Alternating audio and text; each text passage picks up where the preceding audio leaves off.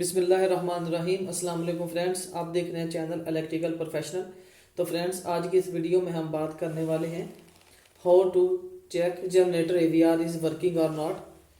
Friends, आज की इस वीडियो में हम डिस्कस करेंगे कि अगर हमारा जनरेटर जो स्टार्ट होने के बाद वोल्टेज जनरेट नहीं कर रहा, या जनरेटर कम वैल्यू में कम वोल्टेज जनरेट कर रहा है, या वोल्टेज जनरेट करने के बाद उस वोल्टेज में फ्लैक्चुएशन है, जनरेटर के वोल्टेज में फ्लैक्चुएशन है, तो उस सूरत में हम ये कैसे कंफर्म कर सकते हैं कि हमारे एवीआर में प्रॉब्लम है या एवीआर के अलावा अल्टरनेटर में किसी और हिस्से में कोई फॉल्ट है। एवीआर को चेक करने के लिए हम उसी साइड पर हमने एवीआर को चेक करना हो तो हम कैसे चेक कर सकते हैं। तो फ्रेंड्स, इस चीज़ को समझने के लिए पहले हम एवीआर का सर्किट देख लेते हैं। ये एवीआर, इसको हमने इनपुट जो सेंसिंग वोल्टेज है ये हमने मेन स्टेटर से देने होते हैं। जिस जगह पर आपकी पावर केबल्स लगती हैं मेन स्टेटर पर, वहीं से आपने कंट्रोल वायर उठाकर एवीआर को सप्लाई देना होती है। ये जो सेंसिंग वोल्टेज होते हैं ये एवीआर की रिक्वायरमेंट के मुताबिक होते हैं। 110, 220 या 380 ये एवीआर की रिक्वायरमेंट के मुताबिक आपको सेंसिंग वोल्टेज देने होते हैं। ये एसी वोल्टेज इसको इनपुट दी जाती है और इसकी जो आउटपुट है ये डीसी वोल्टेज होती है। ये हमारे जो एक्साइटर स्टेटर की F1 और F2 दोनों वायर्स जो हैं वो एवीआर के F1 और F2 पर लगती हैं। F1 पर लगती है और जो एक्साइटर स्टेटर की F2 है ये हमारे एवीआर की F2 पर लगाई जाती है।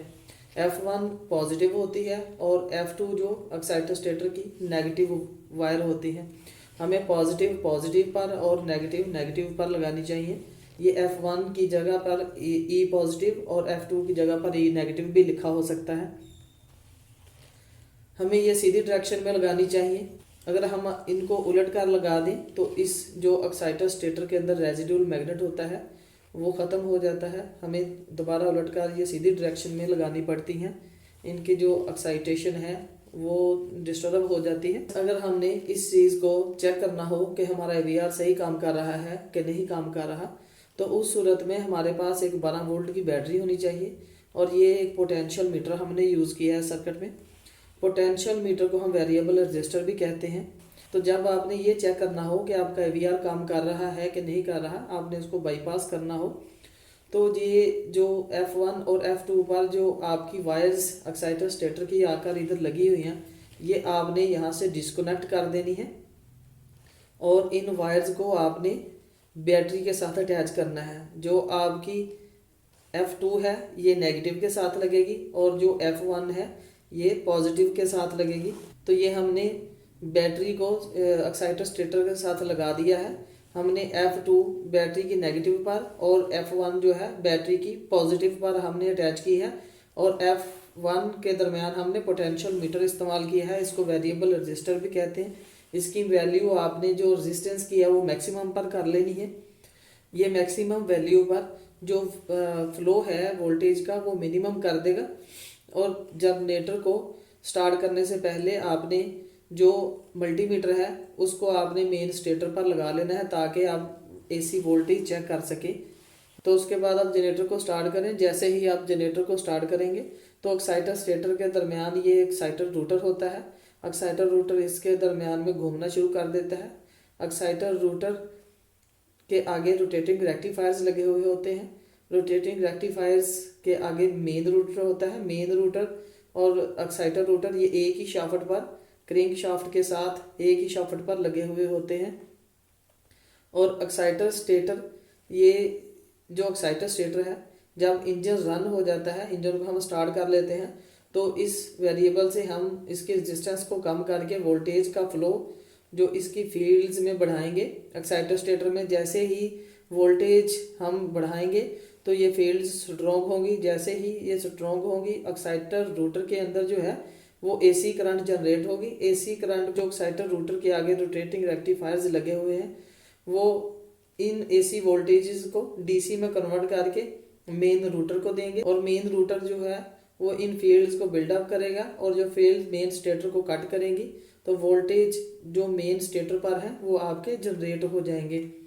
जैसे ही वोल्टेज जनरेट होंगे तो आप इसकी जो वैल्यू है वेरिएबल की, इधर से वोल्टेज का फ्लो आप बढ़ाते जाएं आहिस्ता आहिस्ता, तो यहाँ पर जाकर आपके वोल्टेज पूरे हो जाए तो आप उस जगह पर चेक कर सकते हैं कि जो अगर वेरिएशन हो रही थी तो आपकी इस सूरत में भी वेरिएशन हो रही है कि नहीं हो रही, वोल्टेज इस टाइम पे आपके स्टेबल हैं या वेरिएशन हो रही है इनमें।